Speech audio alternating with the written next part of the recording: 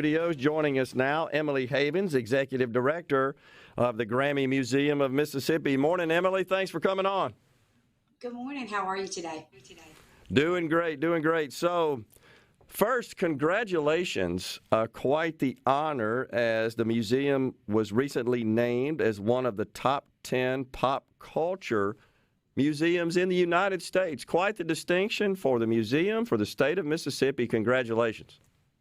Thank you so much. This honor recognizes the birthplace of musical genres and world-famous singers, songwriters, directors, stars. Just be able to celebrate this with the museum and the other great winners in the top 10 was incredible. You know, the Neon Museum in Las Vegas is really cool. So we were excited to be number 2 to them. And of course, in the top 10, we have B.B. King Museum, and the Stax Museum is really close to us too. So we're excited. Yeah. No other place to me for us to at least be number 2. Hopefully we'll be number 1 one day, but number 2 for sure.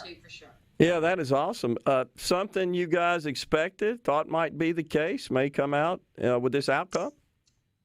Well, I don't know. We've certainly been nominated by USA Today in a couple categories before, and we've been in the top 10 before, but we have never been voted number 2 in any of their categories. So this was really exciting to be able to be a part of all the different pop culture museums in the country.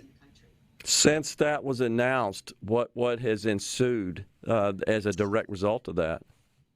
We've, of course, had interest from visitors and people responding on social media and congratulations and hopefully planning a visit here to Mississippi to see this museum. And certainly the MTV exhibit here really speaks to the pop culture, and it's going to be here for several more months. So we're hoping to see more visitors here enjoying it and see why Mississippi was chosen and this museum was chosen for this honor.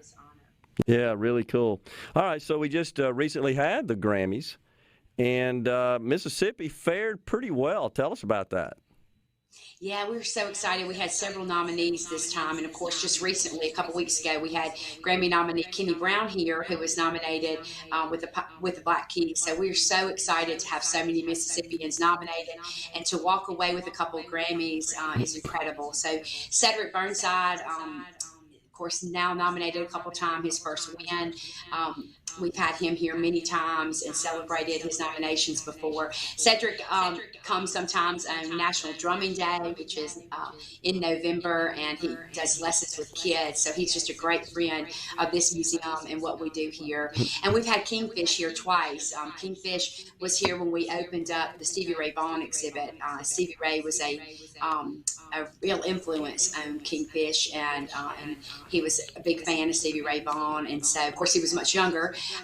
Wasn't even alive when Stevie died, but he was really influenced by his play. And so we've had Kingfish here a couple times, and just really excited for him and his second nomination, his first win, and can't wait to welcome him back to this museum and celebrate with him. And also Boo Mitchell, of course, won a Grammy for with Cedric as engineer on that of his album, and also worked with Kingfish. And Boo is on our National Advisory Board. We have an exhibit here on Royal Studios, and so just a great win all the way around for Memphis and Mississippi. So, as a result of receiving these Grammys, what are the plans for the museum? Is there going to be any exhibits or anything that would feature that?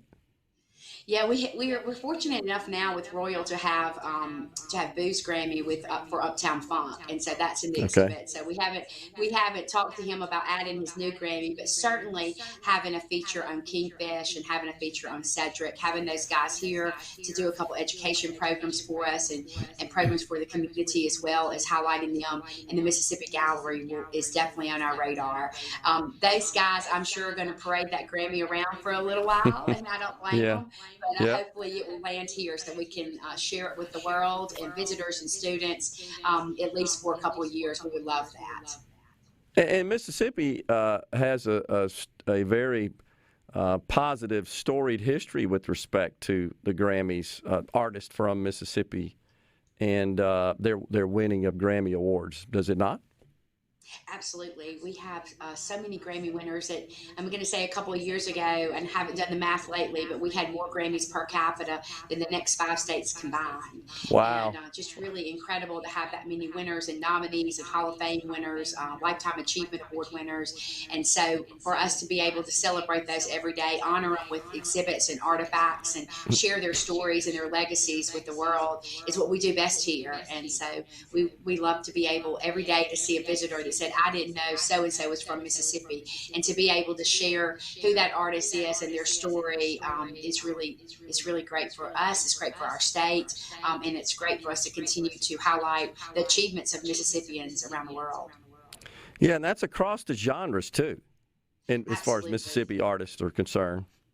Gospel and blues and country and rock and opera. Leontine Price and blues is, of course, a big attraction for so many international visitors. Some cases they know a lot more about the blues than sometimes we do, but there's just Yeah. so much, so many genres, so many artists from here that are of interest to our visitors and our students. And and a lot of these, we carry on their stories with students, and we educate them about opera and Leontine Price and what she's done in that genre, and what so many of our blues artists and Jimmy Rogers in the country music genre. And so, it's just great being able to share their stories. With the summer approaching, Emily, is that a busy time of year for you? Are you expecting a lot of visitors? Yeah, it's interesting this time of year is a lot of school groups, of course, because of the Yeah. end of the year field trips and things. And we have some programming going on in March, but then we'll kick off. I mean, in April, we have Women in the Round coming up with Pam Tillis and Carrie Tillis and Trisha Walker and Ashley Cleveland. We're excited to welcome that program back to the museum. It's a real Bluebird experience on the front porch of the Grammy Museum on April 12th. And we have a few tickets left for that. It's almost sold out. But this summer, we'll, of course, kick off our free summer camp. And so it will be June 27th through July 1st. It's free. We will accept 30 kids from 9 to 14. And so I hope people will check out our website. And if you have a student that is in that age group, we would sure like to be able to have them come to the museum for a week long of summer camp. We've got great programming, great kids for programs this summer, and looking forward to a lot of visitors. And what about the relationship with Delta State University? That's really something special for the museum. Yeah, it is. We work really close with them. Of course, we work with the Department of Music there. We work really close with Delta Music Institute and also the BPAC. So Delta Music Institute this summer, our kids will record and produce all of their songs in their studio, which is incredible to be able to do that. In turn, their kids during summer camp will come over to the museum, explore the museum, do karaoke. The same thing with the BPAC. We work closely with workshops. We have a Read It, See It, Be It, Hear It workshop we do with Bologna Performing Arts Center, and then we will also partner with them for summer camps so that the kids that come to both our summer camps will get to experience everything we've got to offer here. And so it's just a great partnership to be able to work so closely with that great educational institution that's right next door. Yeah.